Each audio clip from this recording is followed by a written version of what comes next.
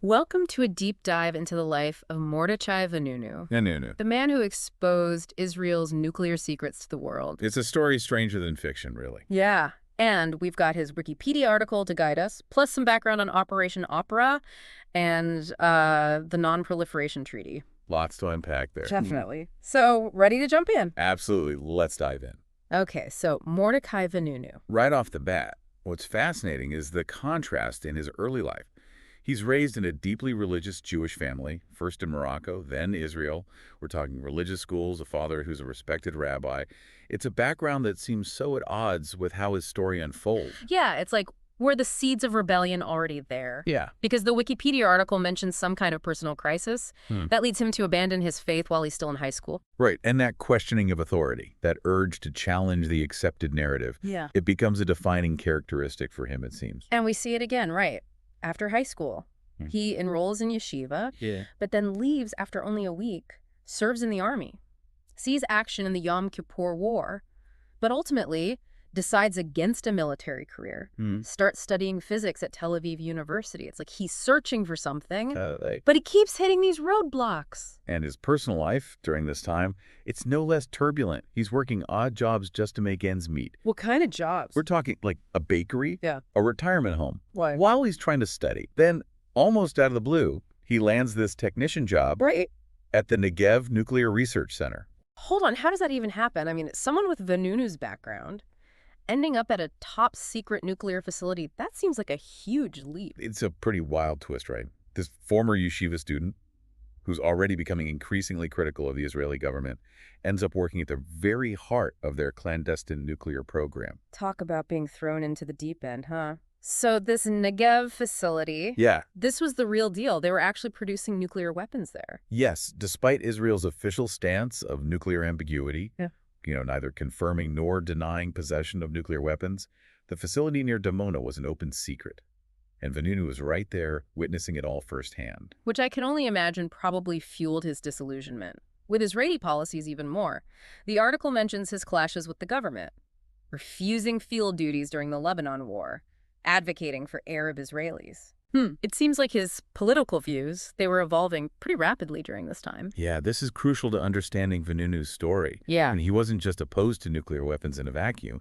He saw them through the lens of his own experiences, his growing discomfort with what he saw as social injustices within Israel. So I've got this backdrop, right, of a young man grappling with his identity, his place in society, and his growing unease about Israel's nuclear ambitions. Almost feels like, like a powder keg just waiting for a spark. And that spark, well, it seems to come from a combination of factors. Vanunu's Wikipedia article talks about how he felt increasingly isolated at Dimona. Isolated. Yeah, he felt discriminated against. Okay. Because of his Sephardic heritage. So because he was of Moroccan Jewish descent. Exactly. He saw the Ashkenazi Jews, those of European descent, Yeah. as holding all the power at the facility. And he felt like his contributions were disregarded, like his voice wasn't being heard. It's interesting how these personal experiences can fuel a larger sense of injustice, It's not just about the big issue, but also how you're treated within that system. Right, exactly. And this personal struggle of his seems to have deeply impacted his decision-making.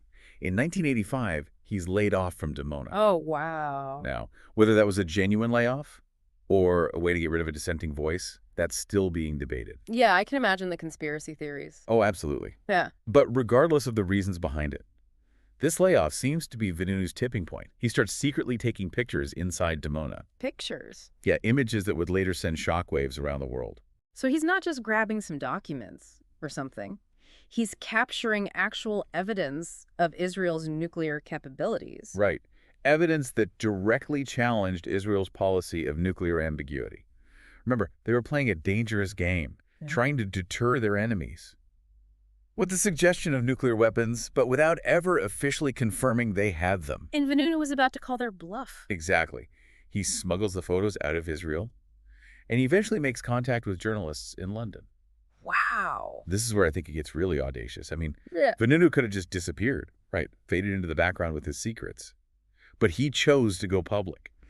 to put himself directly in the line of fire. Knowing full well the risks involved. Huge risks. This wasn't just about leaking information at that point. It was about challenging Israel's entire nuclear policy. Their security doctrine. Yeah. And potentially putting himself in grave danger. It's a decision that speaks to his convictions, for sure, but also maybe to a certain recklessness, a need to expose what he saw as this grave injustice. Okay, so we have this powder keg, right? Personal disillusionment, political awakening, and then the risky decision to go public with Israel's nuclear secrets. But to really understand the weight of his actions, we need to rewind a bit, back to 1981, to an event known as Operation Opera. Operation Opera. This was a turning point in the Middle East nuclear history. Israel, deeply suspicious of Saddam Hussein's nuclear ambitions, launched a daring airstrike on Iraq's Osirak reactor. Osirak. Effectively destroying it. I mean, talk about a preemptive strike. It's timely, very much so. This is years before Vanunu goes public. Yeah. But it really shows you the anxieties that were driving Israel's nuclear ambitions. Oh, absolutely. They saw this potential threat. Saddam Hussein armed with nuclear weapons, and they chose to act decisively, even if it meant breaking international law. Yeah, and it's a controversial move, for sure. I mean, some would call it an act of self-preservation, others an act of aggression. How did the international community react? Well, it was condemned by the UN Security Council, but at the same time, it exposed this complex reality of nuclear proliferation. I mean, here's Israel, not even acknowledging they possess nuclear weapons, and yet they're taking military action to prevent another country from obtaining them. It's like so much for non-proliferation, right? And speaking of which, where does the Non-Proliferation Treaty fit into all this? The NPT... Well, the NPT is interesting. It's like it embodies this ideal of a world without nuclear weapons. But it also has to grapple with the reality that some countries already have them. There's this inherent tension in its three-pillar system. Okay, break that down for me. Okay, so you've got non-proliferation. Preventing the spread of these weapons. Right. Sounds straightforward enough, right? Right.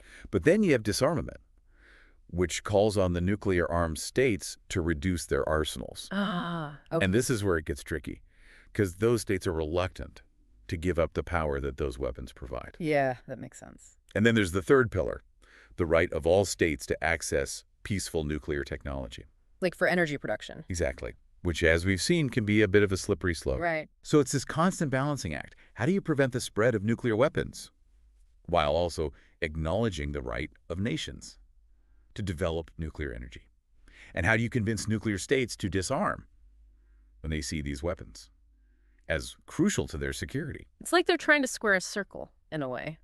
Which brings us back to Vanunu. He goes public with his revelations. What happens next? Well, the Israeli government was not pleased. They saw it as a betrayal of national security on a massive scale. And their response was swift. Oh, absolutely. And decisive. A female Mossad agent lured Vanunu from London to Rome, where he was abducted, drugged, and smuggled back to Israel. Wow. It was a brazen operation. It really showed how far they were willing to go. Like something out of a spy movie. Exactly. Wow. Vanunu was put on trial for treason and espionage and held in solitary confinement for years. Years?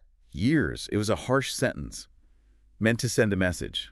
So after serving his time, what happened to Vanunu? Was he able to, I don't know, resume a normal life? Not really, no. While he was released in 2004, after serving 18 years, he faced severe restrictions. He was forbidden from speaking with foreigners, leaving the country, even going near embassies. Wow, so even after serving his time, he was still a prisoner, in a way. In a way, yes. That makes you think, about the price of conscience. The lasting consequences of taking a stand like he did. It does. Vanunu's story, it's not an easy one. There aren't really any easy answers, are there? No, not really. He exposed a secret that many believed needed exposing.